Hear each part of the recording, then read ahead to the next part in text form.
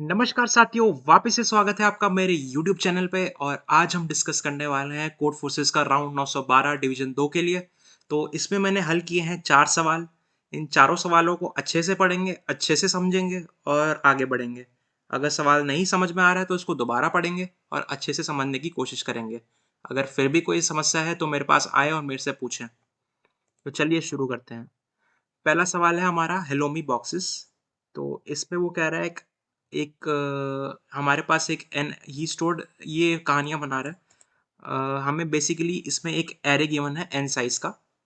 यहाँ से पढ़ना शुरू करते हैं एक बार सवाल को। He wants to sort them in non decreasing order based on their number, however his machine works in a strange way, it can only reverse subarray of boxes with at most K. तो वो चाहता है array को sort कर ले वो non decreasing order में, पर वो ऐसा करने के लिए केवल एक सब एरे चूज कर सकता है जिसका साइज के या उससे कम ही होना चाहिए, के से ज़्यादा नहीं हो सकता। तो find it is if it is possible to sort the boxes using any number of reverses. तो वो ऑपरेशन चाहे जितनी बार भी लगाए, लेकिन वो बोल रहा है कि सब एरे का साइज के या उससे कम ही रहना चाहिए, और वो वरना वो ऑपरेशन नहीं लगा सकता। ठीक है ना भाई?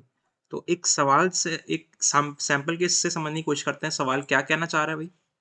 तो एक सवाल में एक एरे गिवन है 6421।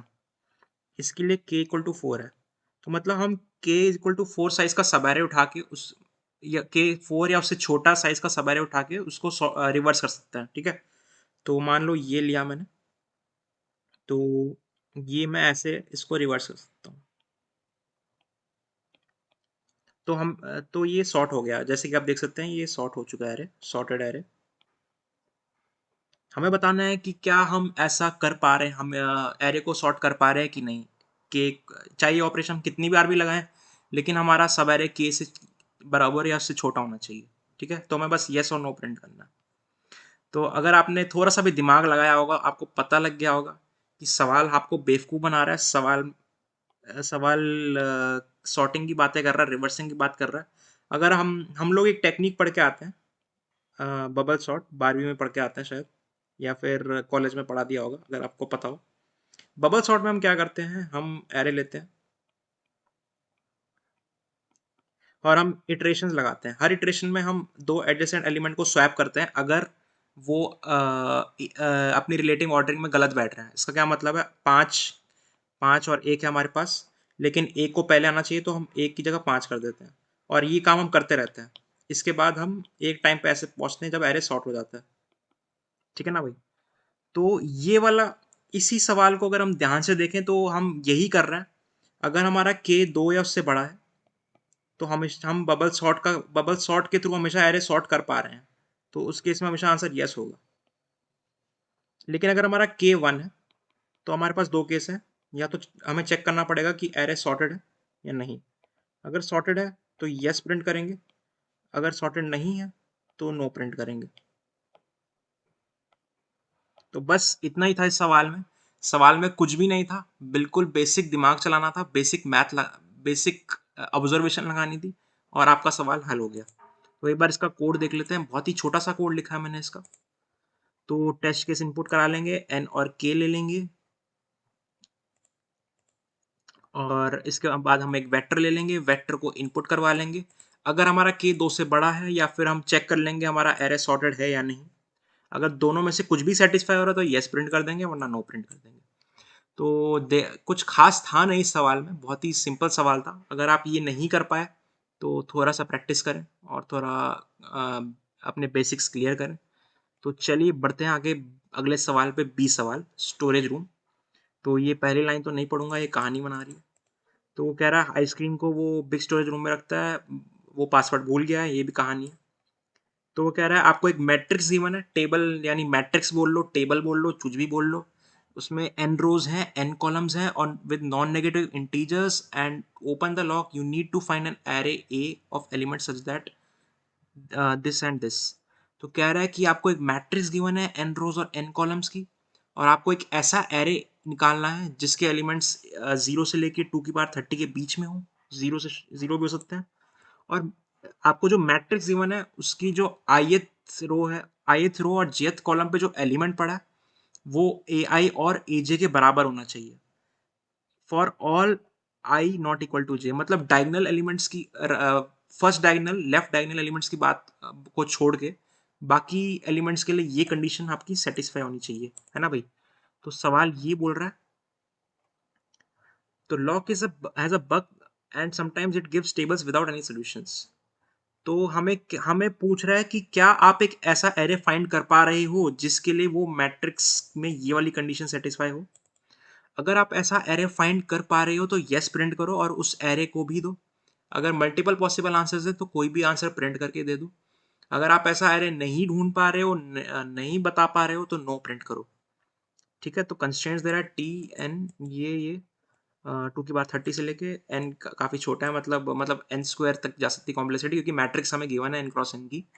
तो सवाल उम्मीद है आपको समझ में आ गया होगा, मेरे को टेस्ट के समझाने की जरूरत नहीं पड़नी चाहिए यहाँ पे, फिर भी मैं एक बार दोबारा ड्रॉ करके समझा रहा हूँ, टेस्ट केस नहीं समझा रहा हूँ यहाँ पे आपको। ये आपको मैट्रिक्स गिवन है, आप इसको इग्नोर कर सकते हैं इस डायगोनल को, क्योंकि इस डायगोनल में हमेशा 0 0 0 पड़ा रहेगा, कुछ भी पड़ा रहेगा हमें उससे फर्क नहीं पड़ता, क्योंकि हमें इसकी बात नहीं करनी।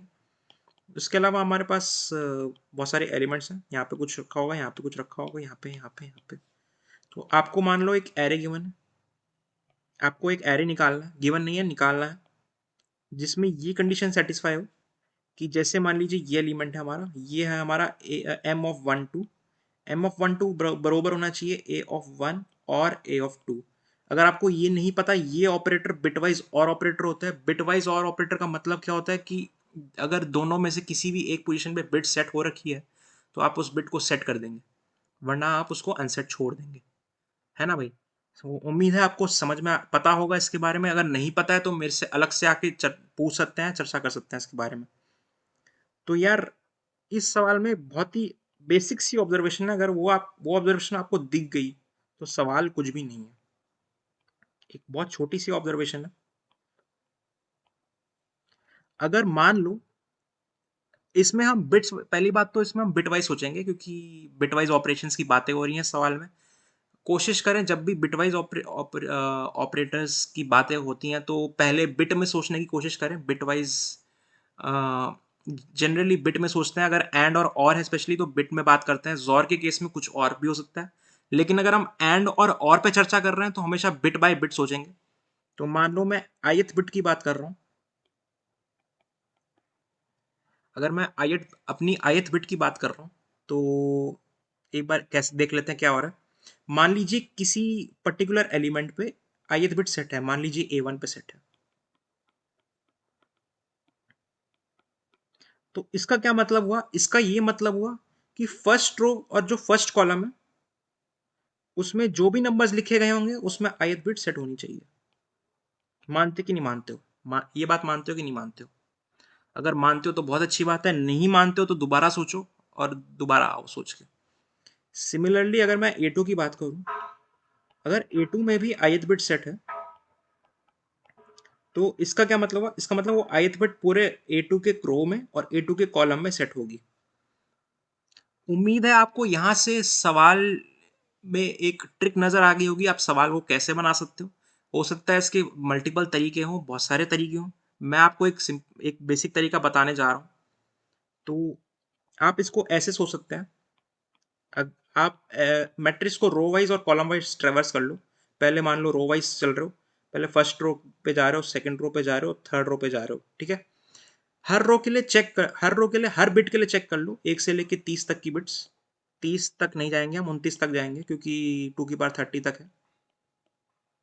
तो 1 से लेके 29 के लिए आप चेक कर लीजिए, 0 से 29 के लिए माफी चाहूंगा, 0 से 29 के लिए आप चेक कर लीजिए कि अगर कोई बिट सेट है किसी पर्टिकुलर रो में, मान लीजिए इस रो में हर पोजीशन पे वो बिट सेट है, इसका मतलब हम ये मान सकते हैं कि वो बिट हमारे ए ऑफ आई में सेट होनी चाहिए। ए ऑफ आई में सेट होनी नहीं चाहिए, मतलब ए ऑफ आई में हम सेट मान सकते हैं अगर वो फर्स्ट रो में सेट है और फर्स्ट कॉलम में भी सेट है ना। अगर कोई, दोबारा दोहराता हूं मैं क्या कहना चाह रहा हूं, मैं ये कहना चाह रहा हूं कि अगर किसी पर्टिकुलर रो पे हम ट्रेवर्स कर रहे हैं और उसके हर एलिमेंट पे एक पर्टिकुलर ith बिट सेट हो रखी है, तो हम ये मान सकते हैं कि उस रो के लिए जो हमारा एरे है, उस एरे का जो पर्टिकुलर एलिमेंट है जिसकी हम बात कर रहे हैं, उसकी ith बिट हमारी सेट होगी। तो आप अपने आंसर में एरे में वो ith बिट सेट करके रख सकते हैं। जैसे मान लीजिए हम 2 रो की बात कर रहे हैं, अगर आपके 2 के हर रो 2 रो के हर एलिमेंट पे सारी बिट सेट हो रखी हैं उस पर्टिकुलर बिट के लिए, तो आप अपने एरे में उस पर्टिकुलर एलिमेंट के लिए वो बिट सेट कर सकते हैं। उम्मीद है समझ आ गया होगा मैं क्या कहना चाह रहा हूँ। यही बात हम कॉलम के लिए भी कर सकते हैं। अगर आपको एक कॉलम उठाते हो और कॉलम में पूरी कॉलम में इसी पर्टिकुलर ith बिट के लिए वो सारे एलिमेंट सेट बैठते हैं, तो आप अपने आंसर के एरे में भी वो ith बिट सेट कर सकते हो। ठीक है ना भाई? क्यों कर रहे हैं ऐसा हम? क्योंकि जैसे कि हमने ऑब्जर्व किया कि अगर कोई पर्टिकुलर एलिमेंट की ith बिट सेट है, तो उसकी पूरी सारी रोज और उसकी सारे पर्टिकुलर उसका जो रो है और उसका जो कॉलम है, उस सारे एलिमेंट जो भी आएंगे उस रो और कॉलम में, उसके लिए वो ith बिट सेट होनी चाहिए। तो ऐसे करके हम एक एरे कंस्ट्रक्ट कर सकते हैं। मान लीजिए हमने वो एरे कंस्ट्रक्ट करके रख लिया अपने लिए। फिर हम दोबारा चेक कर सकते हैं कि क्या ये एरे वो मैट्रिक्स को सेटिस्फाई कर रहा है कि नहीं कर रहा है। अगर कर रहा है तो यस प्रिंट कर सकते हैं और इस एरे को प्रिंट कर सकते हैं। अगर नहीं कर रहा है तो नो प्रिंट कर सकते हैं और आगे बढ़ सकते हैं। उम्मीद है आपको सवाल समझ में आ गया होगा। तो एक बार जल्दी से इसका कोड देख लेते हैं फटाफट से। तो ये मैंने कुछ नहीं किया, मैं टेबल बनाई, टेबल को इनपुट में लिया, एरे बनाया, फिर से एक लूप चला दिया बिट्स के लिए। ये बिट का लूप चला रहा हूँ, हर बिट बाय बिट चेक कर रहा हूँ 29 से लेके 0 तक। फिर मैं एक लूप चला रहा हूँ रो के लिए चेक करने के लिए। तो ये फ्लैग वेरिएबल बताएगा कि मेरे सारे बिट्स सेट हैं उस रो में कि नहीं। अगर नहीं है तो सी एच को फॉल्स कर दूंगा। आई इक्वल टू जे के लिए चेक नहीं करना क्योंकि फर्स्ट एंगल हमें मैटर नहीं करता है। अगर फ्लैग सेट है इसका मतलब वो बिट सेट है, तो मैं अपने एरे में उस पर्टिकुलर बिट को सेट कर लूंगा। यही काम मैं कॉलम के लिए करूंगा। बिल्कुल बस यही किया है पर उल्टा किया है। अब अब मैं जो भी मेरा नया एरे बना है वो चेक कर लूंगा कि क्या वो उस मैट्रिक्स को सेटिस्फाई कर रहा है कि नहीं। ये कंडीशंस लगा दी हैं मैंने। अगर सेटिस्फाई नहीं कर रहा तो नो प्रिंट कर दीजिए, वरना यस प्रिंट कर दीजिए और एरे प्रिंट कर दीजिए। तो इतना ही था बी सवाल में। चलिए अगला सवाल देखते हैं, सी सवाल। सी सवाल हमारा बोलता है थियोफेनिस नाइटमेयर। इसमें यहाँ से पढ़ना शुरू करते हैं। ऊपर कहानी बना रहा है। He has an array A of size n and wants to divide into non empty subarrays such that the every element in the array is exactly lies exactly in one of the sub arrays. For example, for this array it can be divided into this and this. तो कह रहा है आपको एक array given है, आपको array को सब एरेज में डिवाइड करना है सच दैट उसका एक एलिमेंट है वो किसी केवल एक सब एरे में लाई करना चाहिए। ठीक है, तो मान लीजिए उसने इसको ऐसे डिवाइड किया। अब कोई इसने वैल्यू बोली है क्राइप्रियोट वैल्यू। वो क्या होती है? वो होती है summation of i into sum of i where k is the number of subarrays and the sum of i is the sum of the i subarray. तो ये कहना चाह रहा है कि आपने जो एरे बनाया, सब एरेज बनाए, उसकी जो पोजीशन होगी उसको हम मल्टीप्लाई कर देंगे उसके सम से और उनका सबका जोड़ ले लेंगे और उस जोड़ को हम काइप्रियोट वैल्यू बोल देंगे। तो इस एग्जांपल के लिए इसने निकाल के दिखा रखा है हमें कि काइप्रियोट वैल्यू क्या होगी।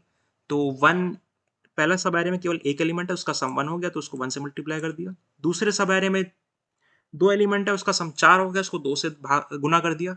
सिमिलरली इनके लिए और इनके लिए इनका सम जोड़ के 17 आ गया। तो ये कह रहा है कि आप आप ऐसी ऐसी सब एरे की डिवीजन ढूंढ के लाओ जिसके लिए ये काइप्रियोट वैल्यू मैक्सिमाइज हो जाए। तो ये सवाल है, बड़ा सिंपल सा सवाल है। स्टेटमेंट मतलब काफी सरल है सवाल की।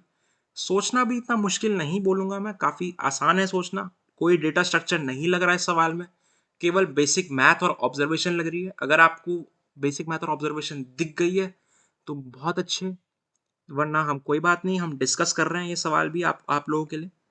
तो चलिए एक बार एक एग्जांपल उठा के आ जाते हैं मेरी स्क्रीन पे। हम तीसरा एग्जांपल ले लेते हैं। मैं इसको अपने आईपैड में लिख लेता हूँ।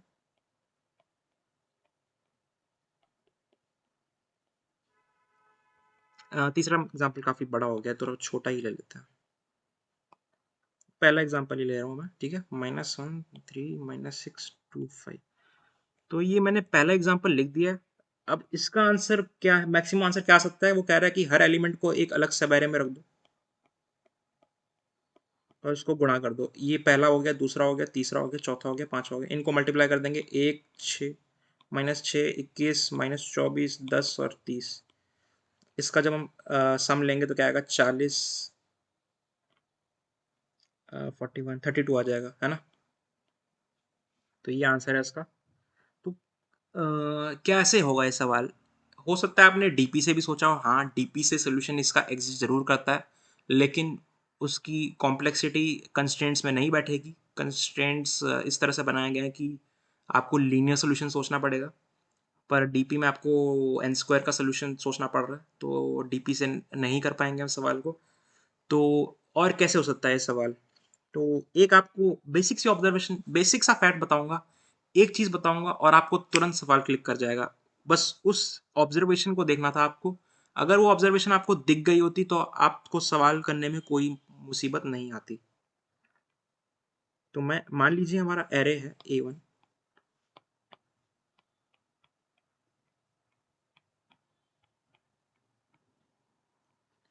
अब मैं 1 को तो हमेशा पहले ही सब एरे में रखूंगा, क्योंकि हम 1 हमारा पहला एलिमेंट है, वो हमेशा पहले ही सब एरे में आएगा। अब हम बात करते हैं A2 की। अब हमारे पास दो रास्ते हैं, या तो हम इसको इसी सब एरे में रखें, या तो इसको अलग सब एरे में रखें। ठीक है, तो कैसे सोचेंगे कि हमें इसको पहले सब एरे में रखना है या उसको अगले सब एरे में रखना है?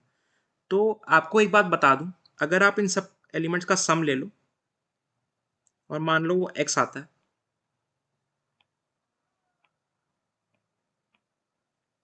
और अगर x आपका 0 से बड़ा है, तो फायदा किस चीज में होगा? सब एरे का साइज बढ़ाने से, नंबर ऑफ सब एरेज बढ़ाने से, या फिर उतने ही रहने देने से? अगर हम बिल्कुल बेसिक दिमाग लगा के सोच रहे हैं तो हाँ बिल्कुल सबएरे का साइज हमें बढ़ाना ही चाहिए उस केस में। और जब हम सबएरे का साइज बढ़ाएंगे तब हमारा ये आगे का सम मैक्सिमाइज हो जाएगा। ध्यान से सुनिएगा मैं क्या कह रहा हूँ। मैं ये कह रहा हूँ A1 को मैंने 1 पे रख दिया, अब मैं आगे के एलिमेंट्स का सम देख रहा हूँ। अगर वो x आता है और वो x 0 से बड़ा है, तो मेरा फायदा हमेशा सब अगले सबएरे पे ही जाने में होगा, बल्कि उस सब बजाय उस सबएरे में रहने के। क्यों? क्योंकि मेरा s ग्रेटर देन 0 है और मैं उसको किसी बड़ी वैल्यू से मल्टीप्लाई कर रहा हूँ हमेशा। कुछ बड़ी वैल्यू से मल्टीप्लाई करूंगा तो मुझे अपने आंसर में ज़्यादा ज़्यादा एडिशन मिलेगा और ज़्यादा बढ़िया बेहतर आंसर मिल जाएगा। उम्मीद है आपको समझ में आ गया होगा। बस यही देखना था इस सवाल में। आगे वालों का सम अगर 0 से बड़ा आ रहा है तो हमें सबएरे अगले सबएरे पे मूव ऑन कर जाना चाहिए, वरना हमें नहीं करना चाहिए। अगर इसमें भी आपको कुछ समझने में दिक्कत आ रही है तो मेरे से पूछ सकते हैं, बेझिझक होकर मेरे पास आ सकते हैं। कुछ नहीं किया मैंने, बेसिक ऑब्जर्वेशन लगाई है, बेसिक मैथ लगाई है।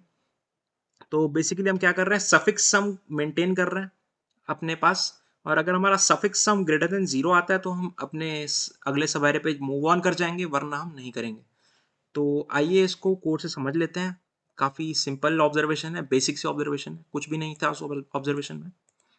ये मैंने एरे लिया, इसको इनपुट लिया, सम निकाल लिया और अपना आंसर इससे इनिशियलाइज कर दिया, क्योंकि पहला एलिमेंट हमेशा पहले सब एरे में आएगा।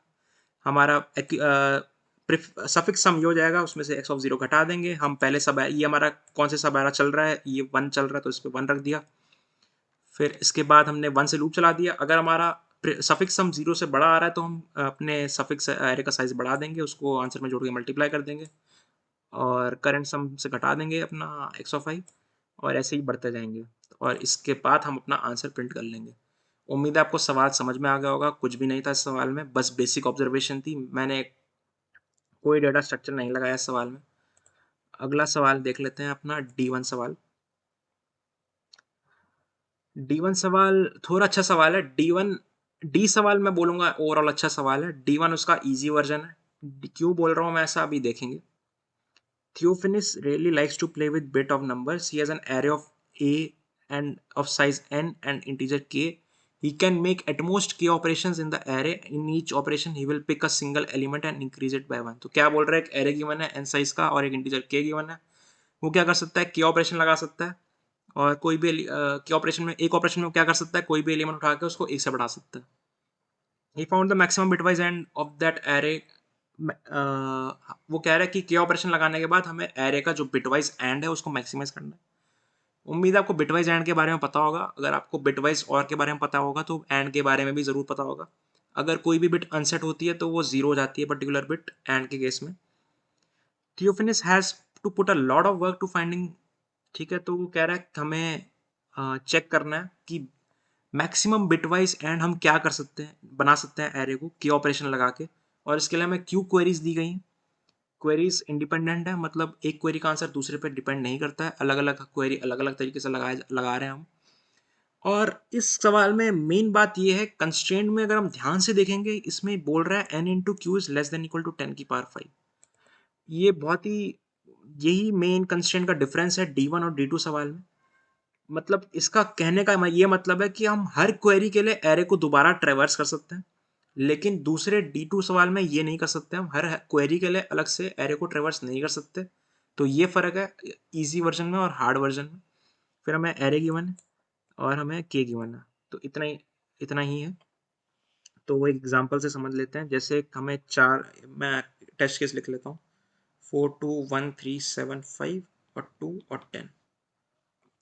तो जैसा कि आप देख सकते हैं, ये हमारा एरे है, ये हमें गिवन है 1 3 7 5, और के हमें 2 गिवन है और एन हमें 4 गिवन है। और सॉरी, के नहीं है, ये क्यू है, मतलब नंबर ऑफ क्वेरीज। और ये हमारी क्वेरी 1 है और हमारी क्वेरी 2 है। क्वेरी 1 कह रहा है कि हम दो ऑपरेशन लगा सकते हैं, तो मैक्सिमम बिटवाइज एंड क्या निकाल सकते हैं। तो इसने बोला कि 2 3 7 और 6 कर दो। ये हो जाएगा 1 0, ये हो जाएगा 1 1, ये हो जाएगा 1 1 1 और ये हो जाएगा 1 1 0। तो अगर हम बिटवाइज एंड लेंगे सबका, तो क्या आएगा 1 0। तो वो मैक्सिमम 2 कर सकते हैं, हम इससे ज़्यादा नहीं कर सकते। दूसरे के लिए दूसरा टेस्ट केस बोल रहा है 10 उठाया हमने, 10 के लिए हम ये दोबारा करेंगे और उसका आंसर ये निकाल के रख लेगा अपने पास। तो सवाल को कैसे सोच सकते हैं इसमें, दोबारा से मैं बोलना चाहूँगा, इसमें हमें इजी वर्जन के लिए बिट बाय बिट सोचना है सवाल को। मतलब एक बिट उठानी है, उस बिट के बारे में सोचना है, फिर आगे बढ़ना है। अब हमारा यहाँ पे लगता है एमएसबी और एलएसबी का कंसेप्ट, अगर आपको पता हो एमएसबी एलएसबी। एमएसबी अर्थात मोस्ट सिग्निफिकेंट बिट और एलएसबी अर्थात लीस्ट सिग्निफिकेंट बिट हमारी। तो इसमें हम क्या बोलते हैं, अगर मेरी ये वाली बिट सेट होगी, तो यहाँ पे चाहे कुछ भी पड़ा हो, मेरा अगर सॉरी, मेरे कहने का ये मतलब है, इसको अच्छे से ज़्यादा अच्छे से समझाने की कोशिश करता हूँ। मान लीजिए मेरा कोई बाइनरी नंबर है और ये दूसरा कोई बाइनरी नंबर है। मान लीजिए उसमें 0 0 0 पड़ा है यहाँ पे, और यहाँ पे भी 0 पड़ा है, और यहाँ पे कुछ वैल्यू पड़ी है, यहाँ सब में 1 1 1 है, और यहाँ पे 1 पड़ा है, यहाँ पे कुछ भी पड़ा है, हमें फ़र्क नहीं है। तो ये वाला नंबर हमेशा बड़ा होगा इससे। ये कंसेप्ट है एमएसबी का। क्यों? क्योंकि इसकी जो मोस्ट सिग्निफिकेंट बिट है, मोस्ट सिग्निफिकेंट बिट हमारी लेफ्ट से चालू होती है। तो इसकी जो मोस्ट सिग्निफिकेंट बिट है वो सेट हो रखी है, लेकिन इसकी नहीं हो रखी है। तो जिसकी मोस्ट सिग्निफिकेंट बिट सेट हो रखी होती है, वो नंबर हमेशा बड़ा रहता है हमारे उस नंबर से जिसकी नहीं हो रखी। तो यहाँ पे हम यही कंसेप्ट लगाएंगे। तो मेरे कहने का क्या मतलब है, ये सब बातें मैं क्यों कर रहा हूँ। तो बेसिकली हम स्टार्ट करेंगे मोस्ट सिग्निफिकेंट बिट से। अगर हम चेक करेंगे क्या हम उसको सेट कर सकते हैं कि नहीं कर सकते हैं।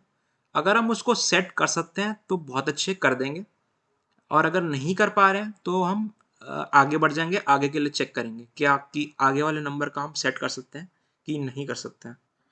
तो ये कैसे करेंगे एक बार देख लेते हैं। तो मान लीजिए हमारे पास यही क्वेश्चन में जो एरे गिवन है वो है 1 3 7 5। कंस्ट्रेंट्स काफ़ी बड़े हैं इसमें, तो आपका जो maximum most significant bit maximum जो जा सकती है वो जा सकती है अप टू 63। 63 तक आपको चेक करना पड़ सकता है, 62 या 63 एज पर द रेंज। तो मैं कहना क्या चाह रहा हूँ, मैं क्या करूँगा, मैं स्टार्ट करूँगा 63 से और मैं जाऊँगा 0 की तरफ। अगर 63 अगर मैं 63 थर्ड पोजीशन की बिट सब में सेट कर पा रहा हूँ, सारे नंबर्स में बिट वाइज एंड की बातें हो रही हैं, तो मुझे क्या करना पड़ेगा, मेरे को सारे नंबर्स पे वो बिट सेट करनी पड़ेगी। अगर वो सारे नंबर्स पे सेट मैं कर पा रहा हूँ तभी मैं सेट करूँगा। अगर किसी भी एक नंबर पे मैं सेट नहीं कर पा रहा हूँ बिट, तो मैं उसको सेट नहीं करूँगा। तो मैं 63 पे चेक करूँगा, फिर 62 पे चेक करूँगा, फिर ऐसे करते-करते 0 पे चेक करूँगा। जहाँ पे भी मैं सेट कर पा रहा हूँ, मैं उसको सेट कर लूँगा। उल्टा क्यों चल रहा है? क्योंकि एमएसबी का कंसेप्ट लग रहा है। बड़ा नंबर तभी बनेगा जब हम एमएसबी से चालू करें। ठीक है ना भाई? तो मैं चेक, अब बात आती है मैं चेक कैसे करूँगा कि मैं 63 को सेट कर सकता हूँ कि नहीं कर सकता हूँ। तो इस एग्जांपल को अगर हम देखें, 63 क्या, मैं इन जनरल बात करता हूँ कि अगर मैं कैसे चेक करूँगा कि मैं ith बिट को सेट कर सकता हूँ कि नहीं कर सकता हूँ। तो ये हमारा पहला केस का एरे है, मैं उसको बाइनरी में लिख रहा हूँ आप लोगों के लिए।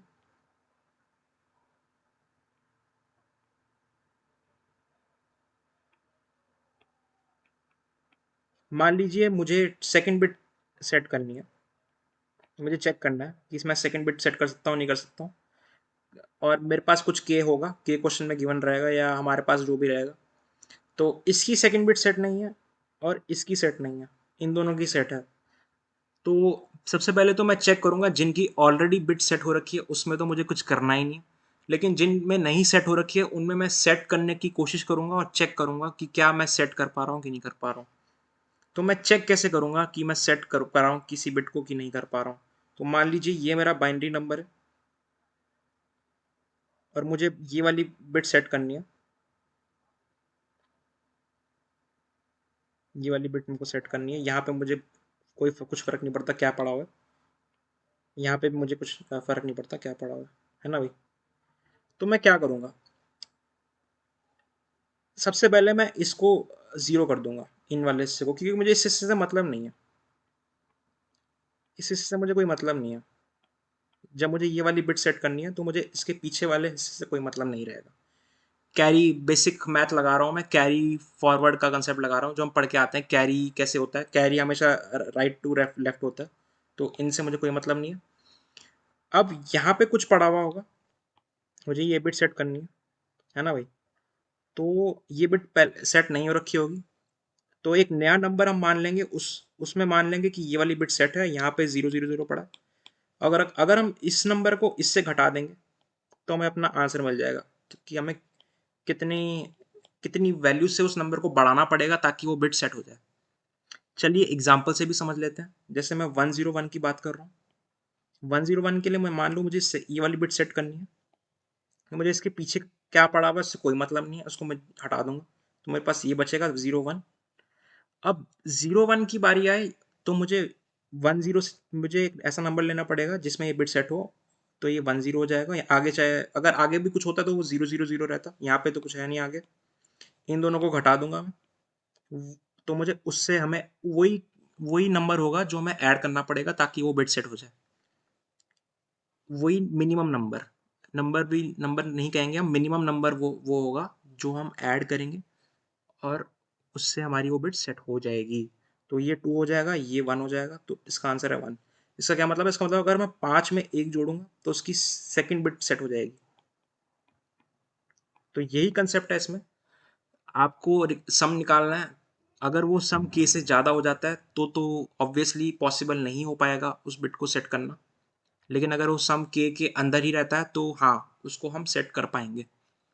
तो एक बार कोड देख लेते हैं समझने के लिए। थोड़ा सा कठिन लगेगा सवाल अगर आप बिट मैनिपुलेशन में नए हैं। अगर आपने बिट मैनिपुलेशन की प्रैक्टिस नहीं की है तो आपको सवाल थोड़ा सा कठिन लग सकता है, लेकिन कोई बात नहीं, बार कोड देख लेते हैं सवाल का। तो सबसे पहले मैंने एन और क्यू को इनपुट लिया है, एक एरे बनाया है एक्स एन साइज का, फिर उसको इनपुट करवाया, फिर क्वेरीज प्रोसेस की हैं, के इनपुट करवाया, वेक्टर वाई को एक्स से इनिशलाइज किए। फिर मैं मैक्सिमम बिट से स्टार्ट कर रहा हूँ, मतलब एमएसबी से स्टार्ट कर रहा हूँ। एमएसबी को मैं 63 मान रहा हूँ, 63 से 0 तक जा रहा हूँ। रिक्वायर्ड सम नाम का एक वेरिएबल बना रहा हूँ जो कि मुझे बताएगा कि क्या मैं ith बिट को सेट कर पा रहा हूँ कि नहीं कर पा रहा हूँ, है ना। तो अगर ith बिट ऑलरेडी सेट है तो मुझे कुछ करना ही नहीं है, वरना मैं क्या करूँगा, मास निकालूंगा। मास का क्या मतलब है कि ऐसा नंबर जिसमें ith बिट सेट होगी, आगे के सारे जीरो होंगे। ठीक है। एडर क्या होगा कि कितनी वैल्यू मुझे ऐड करनी पड़ेगी उसमें ताकि उसकी ith बिट सेट हो जाए, तो मैं मास में से वो नंबर घटाऊंगा। अब ये फंक्शन है मेरे पास, ये फंक्शन क्या कर रहा है, ये फंक्शन आई से जो पीछे वाली एमएसबीज हैं उनको हटा के दे रहा है मुझे। ठीक है। तो ये फंक्शन कैसे काम कर रहा है, इसमें मैं आंसर अपना नंबर ले रहा हूँ और वो एमएसबी ले रहा हूँ जिसके पीछे मुझे सारे ज़ीरो सेट करना है। मैक्स से लेके उस नंबर तक उस बिट तक मैं लूप चलाऊँगा और आंसर का अगर वो बिट सेट हो रखी है तो मैं उसका ज़ोर ले लूँगा। ज़ोर लेने से क्या होगा, वो बिट 0 हो जाएगी। 2 तरीके हैं इसको करने के, या तो आप ऐसे भी कर सकते हो, ऐसे भी कर सकते हो, दोनों काम करेंगे। इस नीचे वाले में क्या हो रहा है? नीचे वाले में नेगेशन ऑपरेटर का इस्तेमाल हो रहा है। इसका क्या मतलब होता है? इसका ये मतलब होता है जहाँ-जहाँ पे 1 सेट हो रखा था वहाँ 0 हो जाएगा और जहाँ-जहाँ पे 0 था वहाँ 1 हो जाएगा। तो उन दोनों का एंड हो जाएगा, तो वो पर्टिकुलर बिट जहाँ पे हमें उसको अनसेट करना है वो अनसेट हो जाएगी। अगर आपको ये बिट के ऊपर जो ऑपरेशंस हैं इनके बारे में और जानना है तो मेरे पास ज़रूर है। और अगर ज़रूरत हो तो मैं आपके लिए वीडियो भी बना सकता हूँ इन चीज़ों के लिए, है ना? तो इसके बाद हम अपना आंसर रिटर्न कर देंगे। फिर हम जो भी सम हमें चाहिए होगा वो ऐड कर देंगे। अगर सम हमारा के से ज़्यादा बढ़ जाता है तो हम वहीं बाहर आ जाएँगे। ये स्टेप इसलिए करना पड़ रहा है क्योंकि रिक्वायर्ड सम ओवरफ्लो हो जाएगा अगर आप नहीं करेंगे ये स्टेप। रिक्वायर्ड सम काफ़ी बड़ी वैल्यू ले लेगा। तो ओवरफ्लो रोकने के लिए मैंने ये स्टेप लगाया। Hashtag define int long long का ज़रूर प्रयोग करें क्योंकि हम 63 बिट्स पे जा रहे हैं। बहुत ही बड़ा नंबर हो सकता है, 10 की पावर 18 तक आराम से जा सकता है। और अगर हम चेक करेंगे कि अगर हमारा क्वाड सम के अंदर बैठ रहा है तो हम ऑपरेशन उस बिट को सेट करवा देंगे और अपने के से घटा देंगे। ठीक है? तो ये ध्यान रखना कि हर क्वेरी आपस में इंडिपेंडेंट है, तो इसलिए मैं कॉपी बना रहा हूँ एरे की, वाई एरे की, उसमें एक्स डाल रहा हूँ और वाई में ही अपना काम कर रहा हूँ। फिर जब हमें अपना फाइनल वाई एरे मिल जा रहा है तो हम हर एलिमेंट का एंड लेंगे और आंसर प्रिंट करवा लेंगे। तो उम्मीद है आपको सवाल समझ में आ गया होगा, सवाल का हल भी समझ में आ गया होगा। और बने रहिए मेरे साथ, आगे भी और वीडियोस देखेंगे और एडिटोरियल लेके आएंगे आपके लिए, और चीज़ें लेके आएंगे, जो भी आप मांगेंगे सब मिलेगा। टेक्निकल फील्ड में मैंने काफ़ी महारत हासिल की है, काफ़ी कुछ सीखा है, काफ़ी साल मैंने काम किया है। तो आगे भी ऐसे मिलता रहूँगा आपसे, आपके लिए नई वीडियोस लाता रहूँगा। और आपका इस वीडियो को देखने के लिए बहुत बहुत धन्यवाद।